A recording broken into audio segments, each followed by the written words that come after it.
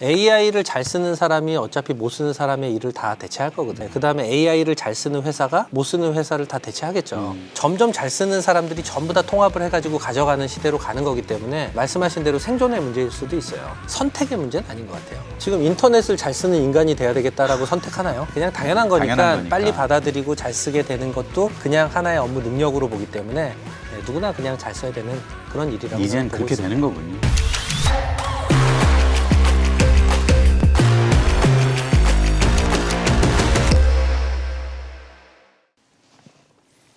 네, 안녕하세요. 세바시 나머지 45분의 구범준 PD입니다. 최근에 챗 GPT로 대표되는 생성형 AI가 난립니다. 그죠? 여러분들도 AI의 시대가 왔다. 이런 걸 피부로 그리고 이런 미디어를 통해서 몸소 느끼고 있을 텐데요. 또 난리 난 게 있습니다. AI 비즈니스 레볼루션이라는 책으로 우리 세바시 강연자이기도 했던 데이터 마케팅 코리아의 이진영 대표 가 이런 새 책을 냈고 여기 또 장안의 화제입니다. 모셨습니다. 인사해 주세요. 예, 반갑습니다. 예전에 세바시 15분 강연을 했는데 이 나머지 45분을 또 초대해 주셔서 너무 감사하고 제가 이제 저자로 왔습니다. 뭐 사실은 사람들의 관심사이기도 하니까요. 맞아요. 그리고 이게 네. 뭐 내가 어떻게 일할 것인지 또 우리 사업을 어떻게 바꿀 것인지 네. 또 세상은 어디로 가고 있는지 이런 네. 거에 대한 호기심들이 여러분 많지 않습니까? 이 책에 그런 해답들이 있습니다. 그래서 오늘 그 주제로 이야기를 한번 나눠볼까 하는데요. 네. 뭐 이런저런 거 다 떼고 제일 궁금한 거는 네. 우리의 일이 달라져야 한다. 네, 모든 사람들이. 네. 네. 일이 왜 달라져야 됩니까? 우리 하던 방식은 이제 소용이 없는 겁니까? AI 시대는? 저도 다 떼고 그냥 사례부터 그러면 얘기를 그렇죠, 해드릴게요. 그렇죠. 네. 유마 AI라는 회사가 있어요. 이게 사실은 2016년에 만들어진 회사니까 생성형 AI가 나오기 전에 만든 회사인데 이 친구들이 미국 회사인데 굉장히 빠르게 서비스를 하나 냈어요. 벌써? 예. 벌써 돈을 벌고 있는 거고. 그럼요. 예. 그러니까 어떤 서비스를 냈냐면 쇼피파이라는 그 전 세계에서 가장 그 이커머스에서 이제 온라인에서 물건을 사는 이커머스 이제 플랫폼. 플랫폼이 있거든요. 이제 캐나다 회사인데 거기에서 진짜 많은 셀러들이 물건을 팔 거잖아요. 그렇죠. 그러면 그 셀러들은 전부 상담사가 필요해요. 물건 팔고 나면 상담을 또 해줘야 되잖아요. 그 셀러들이 자기네 물건을 팔고 난 뒤에 상담사 혹은 팔기 전에 상담사. 근데 이제 큰 사람들이 아니니까 그쵸. 그런 상담사를 어렵죠. 많이 두기도 고용하기 어렵고 어렵죠. 힘든데 그런 거를 위해서 딱 만든 거예요. 그러면 AI가 네, AI가 대신 상담을 해주는 건데 예를 들어서 소비자가 물건을 산 다음에 이거 반품을 좀 해주세요. 아니면 교환을 해주세요. 이렇게 메일을 많죠, 보낼 수 많죠. 있잖아요. 네, 그러면 그거에 대한 대응을 상담사가 이렇게 보면서 메일도 써주고 대응도 해줘야 되는데 이게 시간이 되게 오래 걸리는 거예요. 그렇죠. 네, 근데 상담사가 할 말은 예를 들어서 내용을 읽어보니까 반품을 해줘야 될 것 같아. 근데 만약에 알겠어요, 반품해줄게요. 이렇게 한 줄로 딱 써서 보내면 소비자가 어떨까요, 느낌이? 반품해 준다니까 크게 뭐 불만은 없겠지만 기분 나쁘죠. 기분은 좀 야, 이렇게 이거 좋지 뭐야, 않겠지. 예의 없게 그냥 이렇게 어떻게 보내냐. 그래서 알았다 반품해 줄게 뭐 이런 느낌이었겠죠. 그쵸. 예. 그러니까 구구절절하게 뭐 고객님 뭐 감사합니다부터 뭐 다 써가지고 이렇게 보내거든요. 그거를 챗GPT를 붙여가지고 그냥 딱 만들어 놓은 거예요. 예를 들어서 이제 상담사는 자기가 반품해 줄게, 너가 사진 찍어서 보내주면 내가 반품해 줄게, 이 한마디만 그냥 써서 내면 자기가 선택할 수 있어요. 메일 답변을 간단하게 보낼 건지 아니면 장황하게 보낼 건지, 그 다음에 프로페셔널한 언어로 할 건지 아니면 상담사니까 사과하는 투로 보낼 건지, 요거를 갖다가 자기가 탁탁 선택만 하잖아요. 그러면 완벽한 영어 문장이 다 나와요. 그러니까 사실은 그런 상담사들의 정신 노동을 네. 이런 자세를 하겠네요. 오케이, 답변. 맞아요. 그리고서 이제 엔터만 딱 누르면 자기가 이제 한번 읽어보고 마음에 들면 그냥 엔터 누르면 그게 가는 거예요. 근데 여기서 중요한 건 뭐냐면 이렇게 해가지고 상담을 한다 그러면 퍼포먼스가 몇 배 정도 개선할 것 같으세요? 상담사의 퍼포먼스가 2배?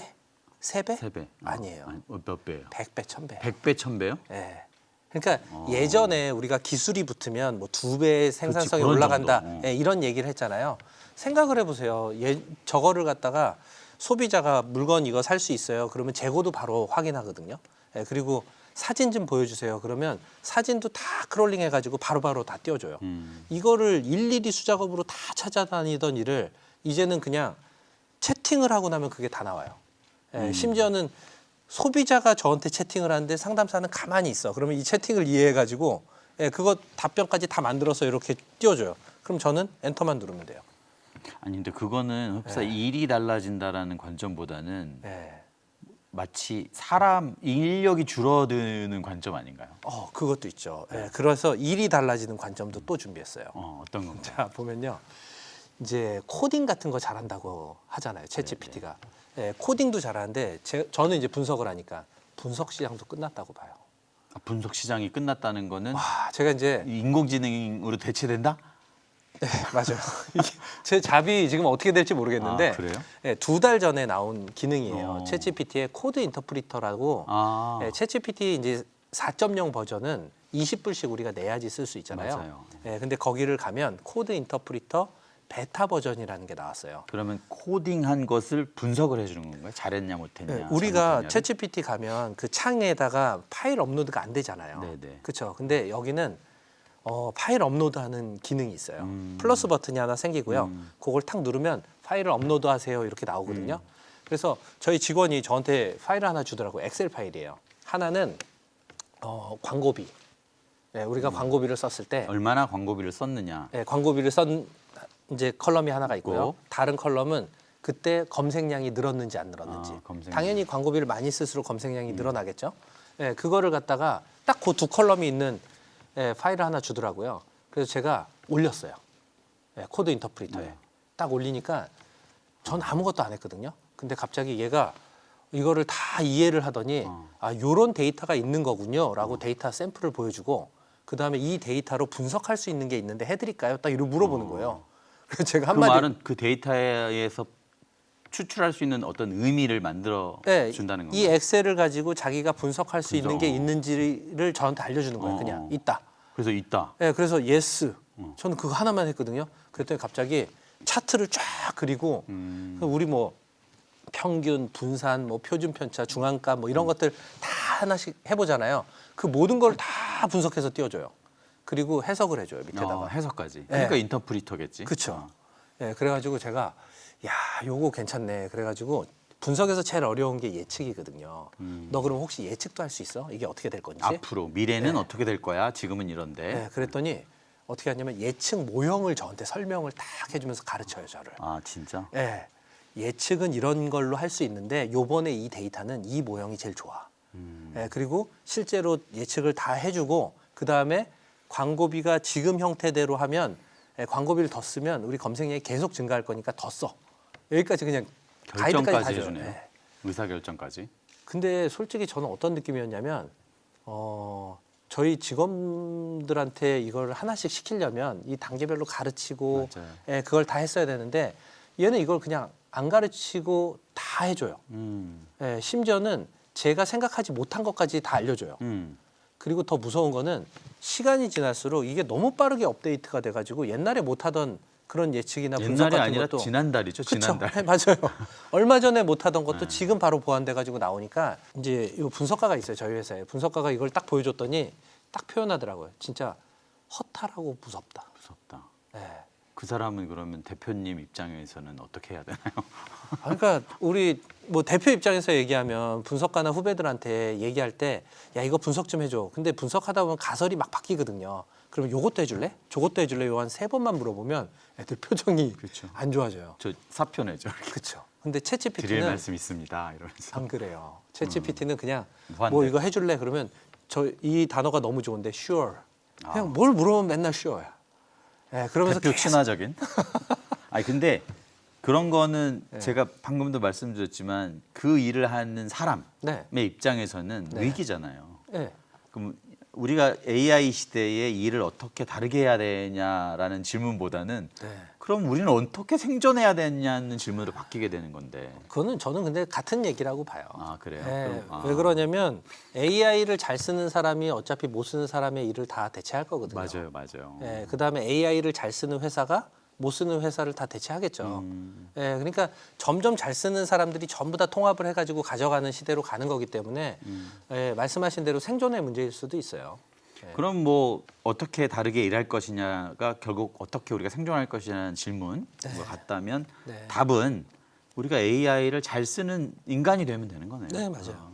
네, 잘 쓰는 인간이 돼야 되는데 그거는 선택의 문제는 아닌 것 같아요. 아, 네, 지금 인터넷을 잘 쓰는 인간이 돼야 되겠다라고 선택하나요? 그렇죠. 네.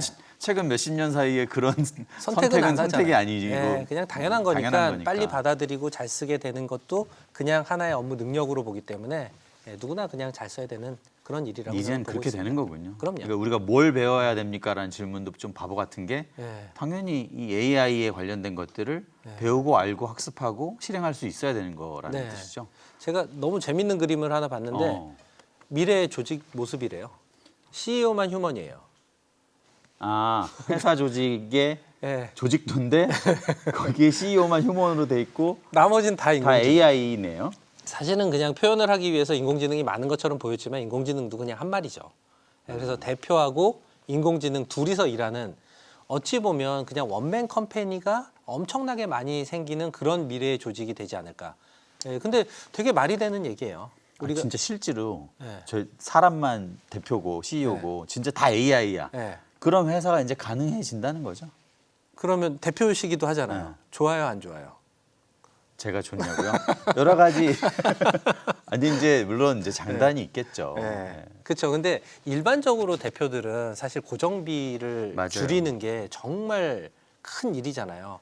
그래서 어떻게 하면 우리가 고정비를 줄일까? 그냥 사람을 자른다라는 개념보다는 원맨 컴퍼니를 세팅을 했어요. 근데 사람을 무조건 늘리는 것보다 한 사람이 더 많은 일을 할 수 있는 구조를 짠다라는 거는 상당히 중요한 일이에요. 그러니까 당연히 저 방향으로 저는 갈 거라고 봅니다. 그러니까 한 회사가 고용하는 인력이 줄어들 것이라는 예측은 어쨌든 옳은 근데 예측일 수 저는 있겠군요. 줄어들 거라고 당분간은 그렇게 보진 않아요. 왜 그러냐면 대표님이 입장에서도 세바시에서 할 일이 되게 많은데 사실은 직원들이 너무 바빠가지고 못하는 것도 있잖아요. 그러니까 생산성이 높아지면 그동안 못했던 일들을 어차피 주게 되거든요. 오케이. 거기서 전체적인 생산성이 거기서부터는 이제 올라가는 거죠. 다른 방식의 고용이 되는 거지. 맞아요. AI의 고용이 되는 거지. 그렇게 되는 거죠. 그러면서 우리 조직은 AI를 잘 활용할 수 있는 뭐 활용력이랄까 이런 네. 거를 잘 습득하고 학습하고 이런 게 필요하다는 거군요. 그 경쟁력이 결국 조직의 경쟁력이고 회사의 경쟁력이 되는 거예요. 그 우리 같은 조직은 세바시는 어떤 개개인들이 네. AI와 관련해서 네. 어떤 걸 좀 배워야 될까요? 세바시의 예를 들면 세바시는 배울 게 없어요.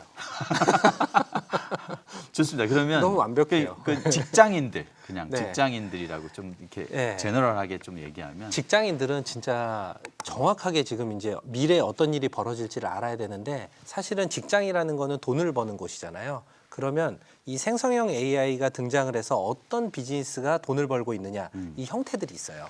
제가 4가지 형태로 말씀을 드릴 수가 있는데, 첫 번째는 시장을 창조하는 친구들이에요. 자, 시장 창조자는 뭐냐면 챗GPT를 만든 오픈 AI. 제일 좋은 거 제일 혁신 기업 아닙니까? 네, 그렇죠. 네. 바드. 없는데 뭘 만들어서 돈을 벌고 있는 그렇죠. 네이버의 클로바 X. 지금 생성형 AI를 만들고 있는 네. 브랜드들이네요. 근데 우리는 사실 그것만 아는데 그러진 않고요. 지금 LG도 엑사온이라는 생성형 AI 엑사원. 오. 모델을 만들었고요. 그다음에 SK도 A-라는 그런 모델들을 만들어서 이 시장의 창조자가 되기 위해서 노력을 하는 거예요. 그게 뭐 네. 그 미국 기업들만 있는 게 아니라 그렇죠. 국내 기업들도 네. 자기만의 생성형 AI 브랜드들을 다 만들고 있군요. 네, 맞아요. 그래서 그렇게 만들어 가는데 이게 왜 그러냐면 가장 크게 먹을 수 있는 비즈니스적으로 그런 비즈니스잖아요. 그래서 시장 처음에는 창조하는 게. 투자는 엄청나게 들어가지만 결국에 남들이 투자를 못 따라오고 다 이제 못 하게 되면 나만 할 수 있잖아요. 그래서 가장 크게 가려고 하는 사람들, 시장 창조자가 있고요.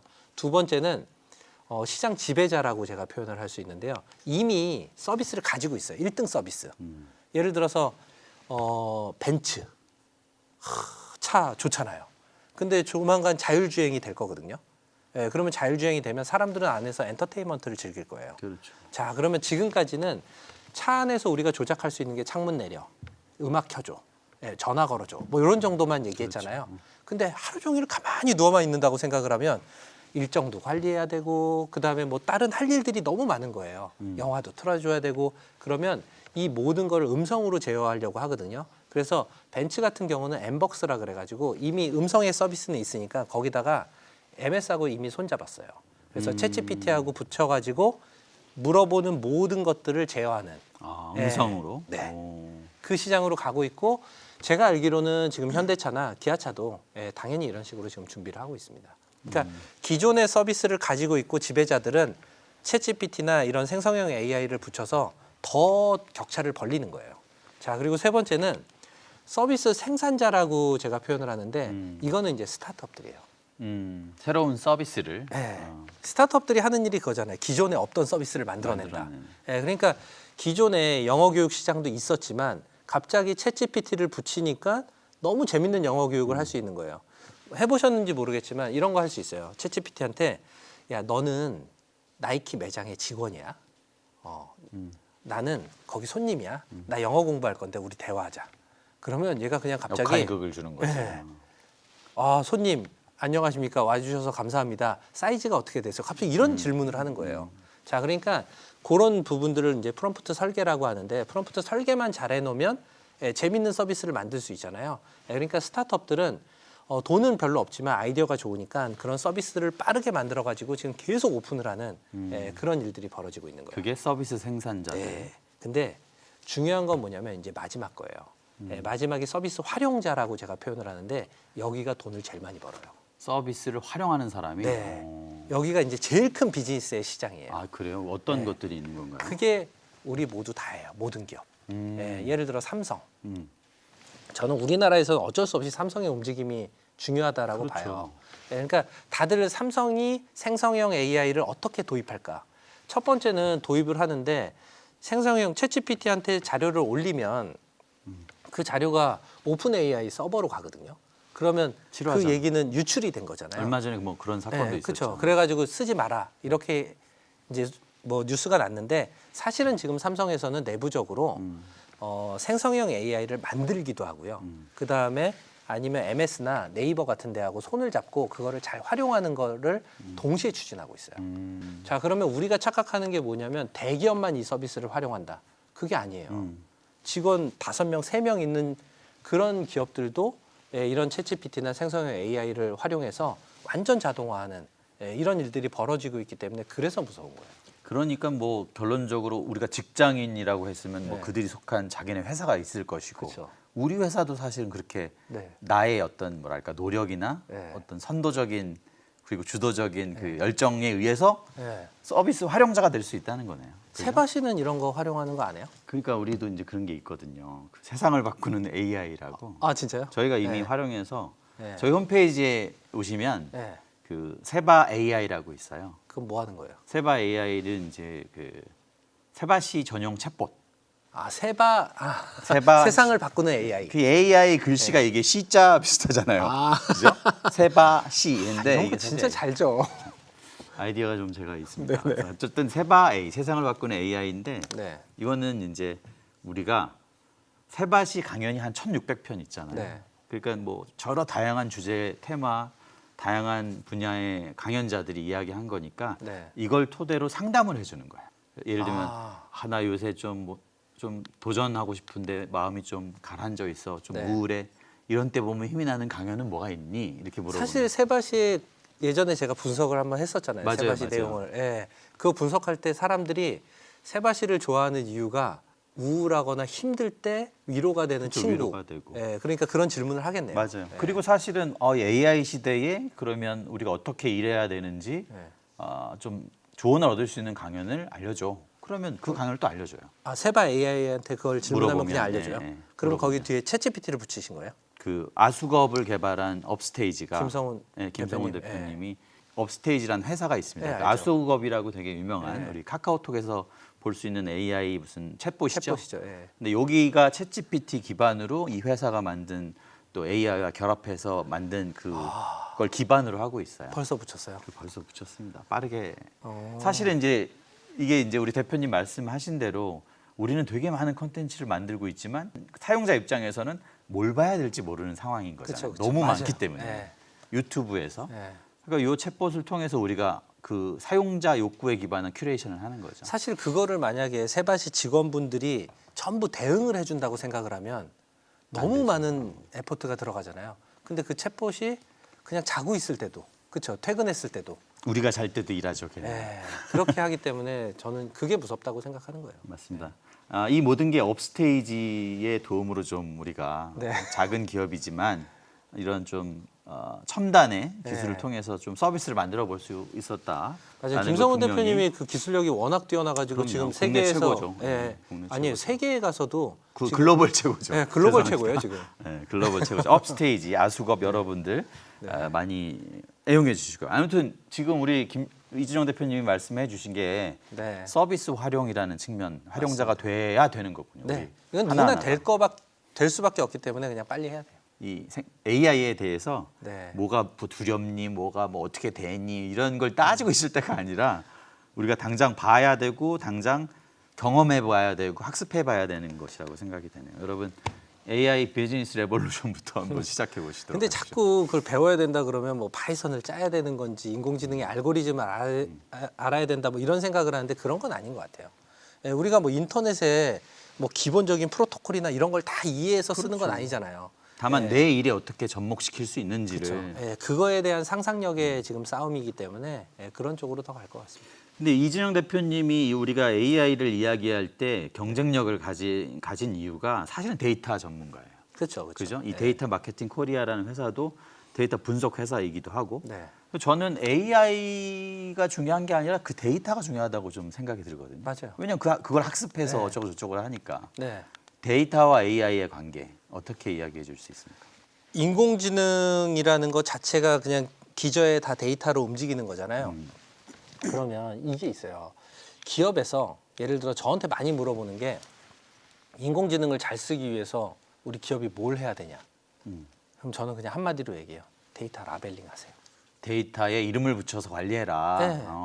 예를 들어 지금 세바시 안에도 맞아요. 엑셀이 엄청 많으시죠. 맞아요. 그쵸? 그 아까 말씀드린 세바 AI도 네. 사실은 그 데이터를 라벨링한 라벨링 했을 네, 거예요. 맞아요. 예, 엄청 안 했죠. 하면 안 돼요. 그러니까 제가 최근에 어떤 놀이공원 놀이공원 회사하고 같이 프로젝트를 했어요. 우리나라의 제일 큰 놀이공원을 하는 회사하고 프로젝트를 진행을 했는데 이런 거예요.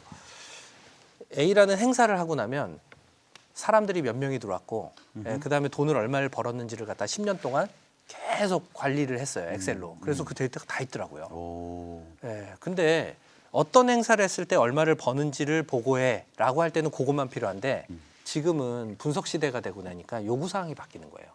자, 요구 사항이 어떻게 바뀌냐면 다음 달에 우리 놀이공원에 몇 명이 올지 알려줘. 훨씬 더 네. 구체적이고 생각을 해보세요. 예측적. 놀이공원에 다음 달에 몇 명이 오는지를 우리가 상상을 해보려면 모르죠. 날씨도 알아야 되죠. 날씨대에 따라서도 오고, 오케이. 그렇죠? 그 다음에 이게 방학인지, 시기. 평일인지, 그 다음에 표를 어떤 거를 끊는지, 주간인지, 야간인지 뭐 여러 가지 변수에 의해서 움직이잖아요. 그러니까 우리가 모아야 되는 데이터가 더 많은 거예요. 근데 그 데이터는 어쩌면 기업 내부에 흩어져 있을지도 몰라요. 근데 우리는 분석에 대한 요구사항이 그게 아니었기 때문에 그걸 분석을 안 했거든요. 그리고 데이터도 정리를 안 해놨는데, 그러니까 첫 번째로 요구사항을 명확하게 다시 한번 정리를 하는데 이걸 가설이라 그래요. 그러니까 우리 기업에서 하고 싶은 얘기들 있잖아요. 그걸 그냥 모여서 한번 얘기해 보세요. 그게 가설이에요. 그런 다음에 이 가설에 필요한 데이터들이 뭘까라는 것들을 한번 생각해 보고 거기다가 이제 그걸 모은 다음에 꼬리표를 잘 다세요. 왜냐하면 생성형 AI, 챗GPT를 붙여도 얘가 꼬리표를 잘못 달아 놓으면 이 데이터가 뭔지를 갖다가 얘는 이름을 가지고 이제 아니까. 이해를 하는 건데 그걸 잘 모르는 거죠. 그래서 요 작업을 하는 게 왜 중요하냐? 이래야 기업이 돈을 아낄 수 있어요. 어떤 측면에서 돈을 아낄 수 있어요? 자, 이 챗GPT는요 오픈 AI에서 만들었는데 걔가 돈을 어떻게 벌까요? 향후에 뭐 여러 가지 사업 모델이 있는데요. 우리가 질문을 하면 과금을 해요.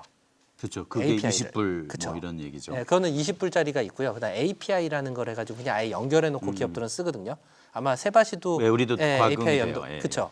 그러면 질문하는 것도 과금이고요. 답변을 주는 것도 과금이에요. 근데 얘가 뭘 해주냐면 데이터를 전처리해주고 깨끗하게 만드는 일도 해줘요. 근데 생각을 해보시면 그것도 과금이에요. 네, 그러니까 우리가 데이터를 깨끗하게 만들어놨으면 돈을 안 내도 되는 건데 깨끗하게 안 만들어 놓고 쟤한테 맡기면 돈 내고 깨끗하게 하는 네. 걸 받는군요. 그렇죠. 근데 만약에 우리 직원이 1000명이야. 그 1000명이 그런 걸 신경 쓰면서 쟤한테 요청을 안 할까요? 아니에요. 그냥 쓰는 거예요. 그리고 돈은 그냥 폭탄이 나가는 거죠. 예, 저는 기업한테 추천해 주는 거는 최소한 우리가 해야 되는 그 깨끗하게 하는 클렌징이라고 하거든요. 예, 그런 작업들은 했으면 좋겠다. 근데 이 과금 체계가 또 웃긴 게 하나가 있어요. 과금을 하는 단위를 토큰이라고 해가지고 얘네들이 돈을 매겨요. 근데 영어는 싸고 한국어는 비싸요. 이런 거예요. 만나서 반갑습니다라고 하면요. 이제 한국말로 그러면 22 토큰을 매겨요. 아. 예, 근데 나이스 투 민유 하잖아요. 그러면 4 토큰밖에. 그러니까 왜 이유는 뭐예요? 그 영어의 단어 하나하나 우리는 어절 하나하나 그치, 이거를 갖다 데이터가 다 많아서 나누는, 그런 거죠? 그렇게 매기는 거예요. 인도어는요. 그러니까 영어가 1이라 그러면 한국어가 2.5배. 그다음에 인도어가 제일 비싸거든요. 걔는 8.8배. 자, 그러면 나중에 생각을 해보세요. 생성형 AI는 모든 기업에 다 붙고 그거에 따라서 데이터를 주고받으면서 돈을 우린 다 지불해야 되는데 한국 기업들은 미국 비싸게. 기업보다 2배 반을 더 내고 인도 기업들은 8배를 8배를 더 내야 되는 거예요. 자, 그러니까 미국이 경쟁력을 더 가져갈 수밖에 없어요. 저는 아직 제가 뭐 네이버 쪽은 안 만나봤지만 네이버가 한국어로 된 생성형 AI를 클로바 X를 출시했잖아요. 그럼 네이버가 이제 하는 차별화 서비스는 분명히 저 토큰의 가격이 우리는 좀 더 싸다. 한국은 쌀 것이다. 아니요, 챗GPT보다는 네이버의 클로바 X가 더 싸게 과금 정책을 가져가겠습니다. 뭐 이런 것들이 나와야 기업에서 네이버를 선택하는 좋은 포인트가 되지 않을까 그렇게 보고 있어요. 그러니까 그 과금을 결정하는 데이터 단위를 토큰이라고 네, 우리가 토큰이라고요. 부르는 거고 그것에 따라서 과금이 결정이 되는 거군요. 그렇죠. 근데 우리가 비싸다, 한국어가 비싸다. 한국어는 비싸죠. 근데 그리고 또 우리 기업이 깨끗하게 정리를 안 해놓으면 그냥 요금 폭탄이 나온다. 이렇게 그러니까 깨끗하게 정리한다라는 게 되게 중요한 거예요. 네, 그거를- 데이터를 우리가 갖고 있는 네, 욕구에 라벨링을 매겨서 네, 그거를 예전엔 쓰레기처럼 생각했던 데이터도 잘 정리하는 것이 우리 비즈니스를 성장시키는 네. 뭐 기반이 될 것이다 이렇게 네. 말씀하시는 거군요. 근데 지금 방금도 뭐 얘기했지만 AI 시대에 네. 이 시대가 온 거. 맞죠. 도대체 이 어떻게 된 겁니까? 이걸 잠깐 사실은 먼저 얘기했어야 되는 건데 네. 우리가 뭐 가장 관심 있는 우리 얘기부터 먼저 하고 싶어서 네. 첫 질문은 그런 거였는데 네. 사실은 작년 11월에 오픈 AI가 챗GPT 3.5 버전을 발표하면서 이슈가 된 거거든요. 근데 이 버전이 3.5잖아요. 그러면 그 전에 1, 2, 다 3 있었다는 있죠. 거잖아요. 뭐냐면 챗GPT 오픈 AI만 이슈가 된 게 아니고요. 제가 볼 때는 이 기본적인 파운데이션 모델이라고 하는데 이 기본 모델을 잘 만드는 곳은 메타였어요. 지금 구 네. 페이스북 네, 지금 페이스북, 인스타그램을 소유한 메타인데 메타는 지금도 이 챗GPT의 모델은 우리의 모델을 기반으로 만들어졌다 이렇게 얘기할 정도로 공개적으로 그 정도로 이제 기술력이 뛰어난 회사죠. 근데 방향을 잘못 잡은 거죠.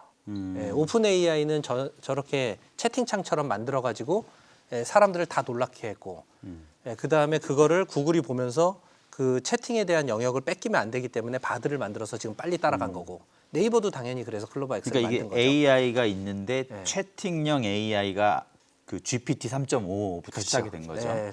그걸 처음으로 그 전에도 채팅형 AI였는데 걔네들이 되게 소위 말해 후졌어요. 대답을 잘못하거나 윤리적으로 문제가 있거나 이런 게 너무 심하다가 3.5 버전이 나오면서 그게 엄청나게 개선이 된 거예요. 기본적으로 이제 이건 너무 써도 좋네 되겠다. 이렇게 된 네. 거군요. 그쵸. 근데 메타는 그런 걸 안 했다는 거고. 메타는 그런 쪽으로 간 거라기보다는 메타가 가진 장점은 뭐냐면 지금 페이스북, 그다음에 인스타그램, 요번에 스레드까지 나왔잖아요. 이 세 가지를 합치면 전 세계 사용자가 40억 명이에요.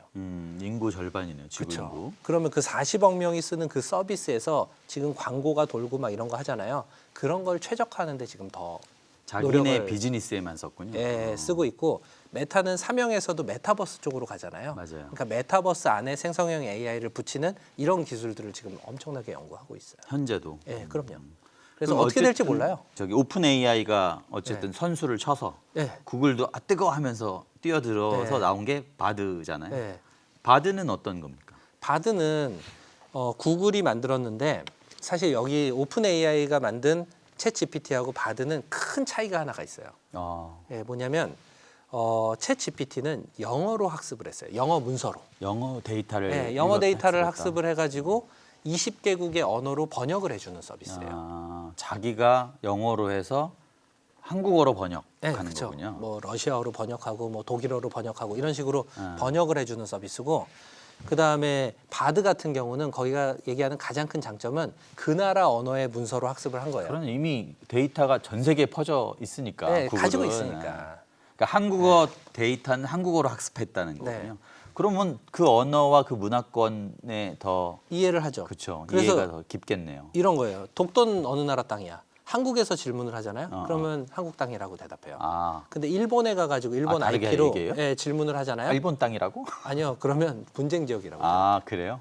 왜냐하면 일본의 문서에는 분쟁 지역이라고 써 있을 아, 거잖아요. 아, 예, 그러니까 분쟁 지역이라고 그러니까 대답합니다. 일본의 문서에서는 분쟁 지역이 아직 메이저한 네. 의견이군요. 그쵸. 우리나라는 그냥 압도적으로 우리 당연히 땅이다. 예, 한국 땅이다. 아, 그러니까 재밌네. 어찌 보면 그 기본적인 그 차이가 이제 시간이 지나면 되게 힘을 발휘할 수 있어요. 그래서 구글이 힘을 발휘할 수 있고요. 우리 입장에서는 바드를 쓰는 게 더 딱 맞겠네요. 더 네, 문화적으로. 그럴 수 있는데 이제 챗GPT가 제가 볼 때는 알고리즘에 대한 고도화는 챗GPT가 훈련도 더 잘 돼 있고 그 다음에 뭐 코딩 능력이라든지 이런 것들이 좀 좋은 것 같아요. 네.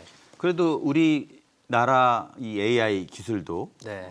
뭐 세계 뭐탑5 안에 든다. 뭐 이런 네. 뉴스도 봤는데 우리나라 브랜드는 아까 잠깐 언급했지만 어떤 브랜드가 앞서가고 있나요? 지금은 8월 24일 날 오픈한 네이버의 클로버X가 이제 가장 이슈가 되고 있는 건데요. 저도 줄 서서 이제 사용을 해봤는데 네, 어떠셨어요?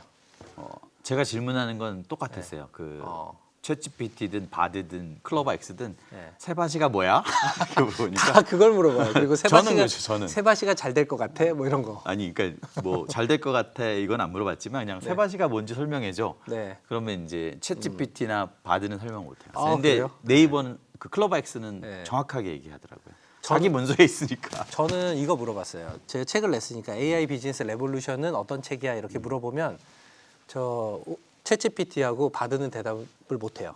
아직 그 정보가 안 간 거예요. 없으니까. 예, 근데 클로버엑스는 대답을 하더라고요. 그러니까 그게 차이인 거예요. 한국의 문서나 한국에서 지금 일어나고 있는 가장 최신의 정보는 네이버가 빨라요. 네이버가 글로벌 브랜드들을 제끼고 한국에서는 그래도 네. 수성을 차지하고 있는 네. 이유겠죠. 네. 근데 사실 우리가 봐야 되는 게 어느 언어 모델이 더 정확도가 높냐 뭐 이걸로 봐야 되는 건 아닌 것 같아요. 맞아요. 예, 이거는 나중에 이제 돈의 싸움이고 학습에 대한 싸움인데 진짜 싸움은 뭐냐면 누가 생태계를 장악하느냐 이 싸움이에요. 그러니까 주도권은 정말 누구에게 예. 갈 것 같습니까? 지금 네이버의 서비스에 스킬이라는 게 떴어요. 제가 네이버는 이런 얘기를 나오기 전부터 그런 얘기를 했거든요. 스킬 버튼을 누르라고 그러더라고요. 네, 그렇죠. 그 네이버가 장악하고 있는 게 뭐냐면 우리나라의 쇼핑이에요. 그렇죠. 네, 쇼핑을 장악하고 있는데 그러면 그 많은 셀러와 그 다음에 구매자들을 생성형 AI를 붙여서 아주 쉽게 쇼핑을 할 수 있는 사용자 경험을 바꾸는 거 있잖아요. 예, 그쪽을 만약에 네이버가 본인의 기술로 만들어냈다. 그러면 쇼핑을 안 뺏겨요. 예, 그렇죠. 여행도 가지고 있어요. 네이버. 네이버에 무슨 여러 가지 뭐 페이도 있고 여러 가지가 있잖아요. 거기에 이제 다 붙을 거예요. 자, 그러면 구글도 기존의 서비스들이 엄청나게 많잖아요. 그럼 거기에 또 다 붙일 거예요. 오픈 AI는 먼저 치고 나왔기 때문에 플러그인이라 그래서 그 서비스를 막 붙이고 있어요. 자, 그러면 시간이 딱 지났을 때 누가 이길 거냐?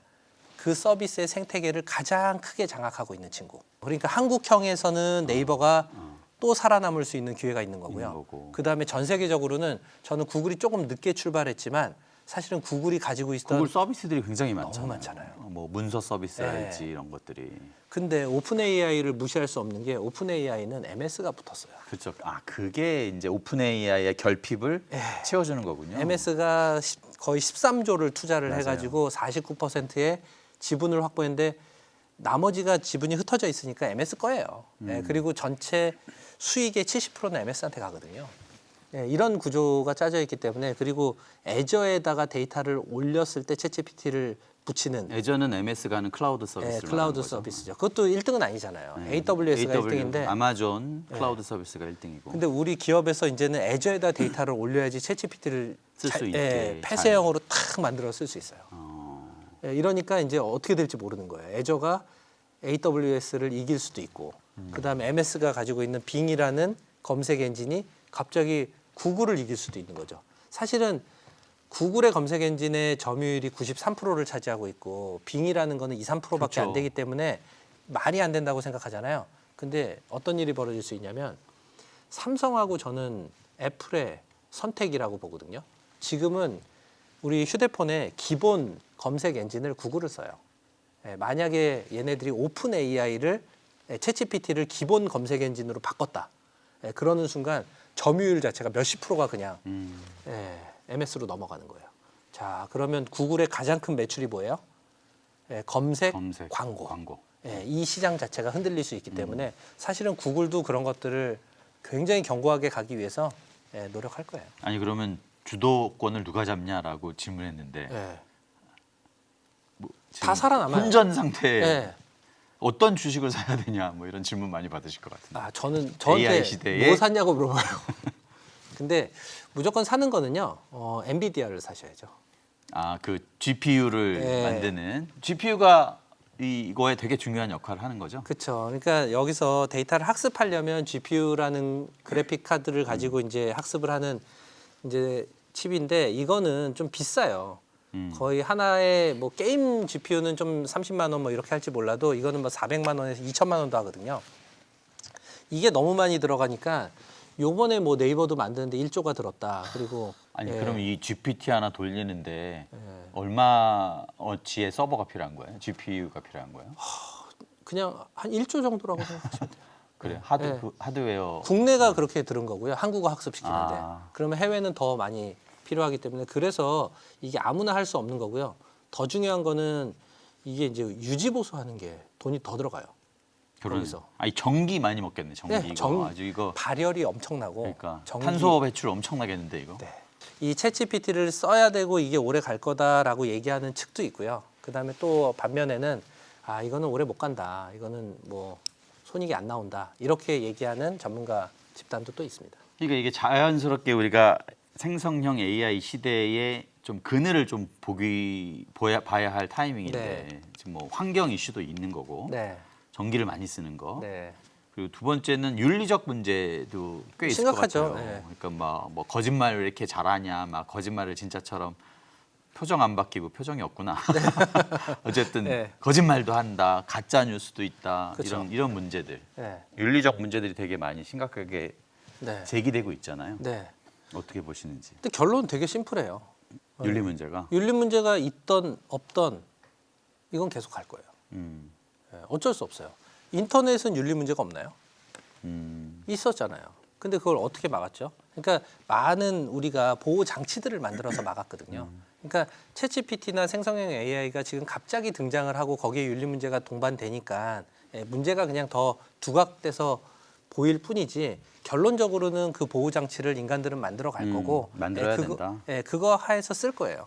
그러니까 이 윤리 문제가 AI 시대로 나가는데 뭐 네. 이걸 막는 어떤 것이 될 수는 없고 네. 우린 가긴 가면서 생기는 이제 사이드 이펙트 같은 거고 네. 그거를 해결하는 것이 필요하다. 앨런 근데 머스- 되게 심각하지 않아요? 윤리 문제. 맞아요. 어때요? 보시면 지금 뭐 트럼프 대통령이 구속됐다 저런 사진이 엄청 퍼졌잖아요. 아, 저게 가짜 사진인가요? 가짜죠. 진짜 같다. 그렇죠. 어. 그러니까 근데 뭐 기소도 됐고 막 이런 일들이 있는데 저런 사진이 퍼지니까 더 믿는 거거든요. 근데 저는 조만간 이런 일이 벌어질 거라고 생각해요. 어떻게 되냐면 대표님 부모님 음. 얼굴과 목소리와 영상 통화로 그분의 전화번호로 전화가 올 거예요. 페이크 영상으로 네. 막 보이스 피싱이 이제 막 뭐랄까 비주얼 피싱 이렇게 돼버리는 네, 거구나. 그래서 아들아 나 지금 어떤 일 때문에 지금 너무 큰일 나는데 빨리 돈 좀 붙여라. 그걸 어떻게 안 붙여요? 그러네. 페이스타임 같은 화상 네, 통화로 화상으로. 그 조작된 영상과 네. 음성이 온다. 아, 그건 되게 그렇죠. 진짜 와, 그런 생각을 하신 건가요? 창의적으로? 이미 그런 일들이 아, 그런 벌어지고 일들이 있고요. 있는 거군요. 네, 그다음에 더 무서운 거는 그 뭐 성적 상품화. 네, 이것도 지금 이미 다 벌어지고 있거든요. 네, 그러니까 막 아이돌이라든지 막 이런 거. 근데 아. 사실은 그게 더 무서운 게 아니라 우리 주변에 있는 사람들. 예, 그냥 우리들 보면 SNS에 본인들 사진, 그다음에 영상 다 올려놨잖아요. 그거 학습하면 여러분들의 똑같은 모습을 다 만들어낼 수 있거든요. 나를. 예. 근데 이거 그럼 거기에다가 이상한 영상을 해서. 붙여가지고 뿌리고 그러면 얘가 그런 일을 안 했는데도 한 것처럼 누구를 만들어낼 수도 그러니까 있고. 거짓과 범죄에 우리 자신이 활용될 수도 있다. 맞아요. 그게 무서운 거예요. 아. 예, 뭐 저기 떨어져 있는 사람이 한번 그런 일이 있었대 그러면 남 얘기 같은데 만약에 나나 우리 가족이 그런 일을 당한다라고 생각을 해보시면 이건 진짜 너무나 무서운 건데 우리 SNS 하지 말아야 되는 거 아니에요? 그래도 SNS는 할 거예요. 예, 그러니까 저는 인터넷 하지 말아야 될 거야 이래도 하잖아요. 예, 그래서 그런 거 했을 때 처벌의 강도를 높이거나 아니면 뭔가 윤리의식을 높이거나 하면서 가는 거지 예, 멈추지는 않을 거다 이렇게 보고 있는 거예요. 자, 이 얘기 나누다 보니까 되게 뭐랄까 긍정적인 면도 있고 사실은 또 부정적인 거. 부정적인 면도 있는데 네. 인간사에 또 그렇지 않은 게 어디 있겠습니까? 네. 좋기만 한 거 없고 또 나쁘기만 한 거 없다라는 게 그런데 생각이 나는데요. 우리가 오늘 뭐 이런 이야기를 하면서 어쨌든 방향은 AI 시대로 갈 것이다. 네. 그리고 우린 그 안에 먼저 알고 능동적으로 배우고 또 우리 일에 적용해보고 이런 게 필요하다. 네. 이런 말씀을 해주셨어요. 마지막으로 좀 우리의 미래 네. 이렇게 다가올 때 우리는 이거를 뭐 어떻게 활용하고 어떻게 이 변화의 파도에 올라서야 되는지 네. 좀 말씀해 주시면 좋겠습니다. 저는 제가 예측하는 하나의 미래의 확실한 모습은 모든 사람들 특히 직장인이라면 뭐 직장에서도 모든 직원들 퍼스널 인공지능 비서가 한 명씩 다 붙을 거예요. 나한테. 네. 오. 제가 어떤 공공기관하고 지금 지자체하고 사업을 하나 하는 게 뭘 하냐면 전세 사기범을 잡으려고 그래요. 이 최근에 이슈가 됐던. 네, 전세 사기 당하면요. 사실은 진짜 막 영끌하고 그다음에 막 몇 년치 다 그렇죠, 모은 거 그렇죠. 다 때려 넣는데 심지어 뭐 자기가 목숨을 끊기까지 하니까. 맞아요. 자살하고 피해자들은. 그다음에 가족 해체되고 맞아요. 난리가 나거든요. 자, 그러면 전세 사기를 어떻게 하면 잡을 수 있을까 제가 고민을 해 보니까 지자체 안에 그 데이터가 있는 거예요. 예를 어떤 들어서 데이터가 있나요? 전세가 위험해지는 경우는 원가 대비 전세가율이 80%가 넘어가기 시작하면 위험해요. 예, 그다음에 뭐 다세대 주택이나 이런 5년 미만의 주택들은 사실 정보가 별로 없어가지고 보관된 정보가 없어서 그런 걸 계약할 땐 또 위험도가 올라가요. 그리고 전세 사기범들은 지방세나 국세를 체납하는 경우들이 되게 많아요. 그게 데이터에 흔적이 남는군요. 그렇죠. 그러니까 그런 것들을 모으면 전세 사기의 위험도를 우리가 예측할 수치화할 수 있잖아요. 정량화해서 예. 뭐 빨간 표시할 수도 있고 주황 맞아요. 표시할 수도 있고. 예, 상상을 해보세요. 만약에 우리 서울이라 그러면 서울의 전세 건수가 한 달에 몇 개 있겠어요? 뭐 엄청 수천 개? 많- 네. 그래봤자 수천 개에 끝나겠죠. 그러면 수천 개를 지도에다가 쭉 뿌리고 말씀하신 대로 빨간색, 노란색, 파란색으로 해서 맞네. 예, 한 번에 보면 이게 점점 빨개지면 전체적으로 전세 사기가 그러니까 올라가는 집주인 거잖아요. 신뢰도를 우리가 신용도처럼 만들 수가 있네요. 그렇죠. 근데 중요한 건 뭐냐면 이거를 대시보드로 만들어 놓고 공무원들이나 아니면 뭐 그걸 관리해야 되는 사람들이 들어와서 봐라. 그러면 안 봐요. 뭐 정확하게 말하면 못 봐요. 너무 바빠가지고. 바빠서. 예, 그래서 그 사람들이 들어와서 보는 게 아니고요. 그 데이터를 그 사람들한테 배달해 줘야 돼요. 예, 예를 들어서 그거를 관리해야 되는 국장님이 계시는데 그 데이터가 아침마다 배달이 와. 그리고 오늘의 전세 사기의 지표가 지금 3% 상승했습니다. 뭐 15% 상승했습니다. 계속 오면 불안하잖아요. 그러면 그때 가서 보시고 조치를 하거든요. 그리고 전세를 지금 뭐 돈이 많으셔서 자가일지는 모르겠지만 예, 전세를 만약에 하려고 그러는데 돈이 많다니 그 오해할 저는 모르니까. 예, 그러니까 전세를 지금 계약하려고 그러는데 그 계약자들한테 쏴주려고 그래요. 그러네요. 예, 그러면 계약을 하기 직전에 와, 이 데이터를 보면 이거는 되게 위험한 물건이다라는 것들을 판단이 될 수 있잖아요. 더 조심하겠죠. 예, 그리고 제가 또 진짜 원하는 거는 이런 방송, 이런 데서 이런 얘기를 해주는 거예요. 우리가 이렇게까지 관리하고 있다. 그러면 전세 사기를 계획했던 사람들이 안 하겠죠. 오늘의 전세 신뢰 예보 하면서 지금 그렇죠. 목동 지역이 지금 약간 올라가고 있습니다. 뭐 이런 네. 거. 말씀드리고 싶은 얘기는 뭐냐면 데이터, 인공지능, 비서가 생기고 나면요. 우리가 데이터를 찾아다니는 시대가 아니고요. 데이터가 우리한테 배달이 와가지고 필요한 데이터를 필요한 순간에 얘기를 해주는 시대로 바뀌는 거예요. 그러니까 우리가 배달의 민족에서 짜장면 하나만 시켜 먹어도 문자가 한 서너 개가 와요. 예, 배달해 주셔서 감사합니다. 뭐 지금 출발했습니다. 다음에 또 이용해 주세요. 맛 평가해 주세요. 네, 그렇죠. 그런 게 오잖아요. 근데 직장에서는 그런 문자가 안 와요. 세바 씨는 혹시 뭐 세바 씨의 뭐 트렌드 같은 거 민감하시잖아요. 트렌드 보고서가 도착했습니다. 이렇게 직원들한테 가나요? 아니요. 안 가죠. 근데 조만간 내일 꼭 나와주세요. 그렇죠. 조만간 그런 체계로 기업들이 다 바뀔 거고요. 그러네요. 예, 그리고 그걸 얼마나 더 잘 세팅을 해서 어떤 사람한테 문자를 어떤 정보를 주느냐에 따라서 그 사람의 행동이 바뀌거든요. 그렇죠. 예, 데이터를 보고 나면 행동이 바뀌잖아요. 그러면 뭐 심하게 말하면 모든 조직에는 AI 커맨드 센터 같은 게 생길 것 같아요. 이 목적은 조직원들을 통제하고 관리하는 거예요. 심하게 말하면. 근데 기업이 원하는 방향으로. 자, 뭐 나쁘게 말하면 통제 관리고 좋게 네. 말하면 일을 더 잘할 수 네, 있게 만들어주는 퍼포먼스를 끌어올리는 건데 끌어올리는. 저는 어떤 걸 믿냐면 집단지성이 모이면 선을 향한다라고 생각을 해요. 좋은 말이네요. 집단지성은 선을 향한다. 예, 그러니까 성선설을 믿고 계십니다. 성선설은 안 믿는데 예, 이게 밑단에서 숨어 있을 때는 악을 행하다가도 갑자기 우리 다 모여서 토론을 하면 다 좋은 얘기 하잖아요. 예, 그런 것처럼 모든 데이터가 드러나기 시작하고 그 다음에 이렇게 다 사용되기 시작하면 점점 좋은 쪽으로 간다라고 저는 생각을 합니다. 사실 뭐 AI 시대의 가장 첫 번째 두려움은 내 직업이 없어져 나를 AI가 대체할지도 몰라 이런 거였는데 관점을 완전히 바꿔주네요. 네, 내 직업이나 내 일이 없어지는 게 아니라 나에게 굉장히 훌륭한 퍼스널 AI 비서가 생긴다.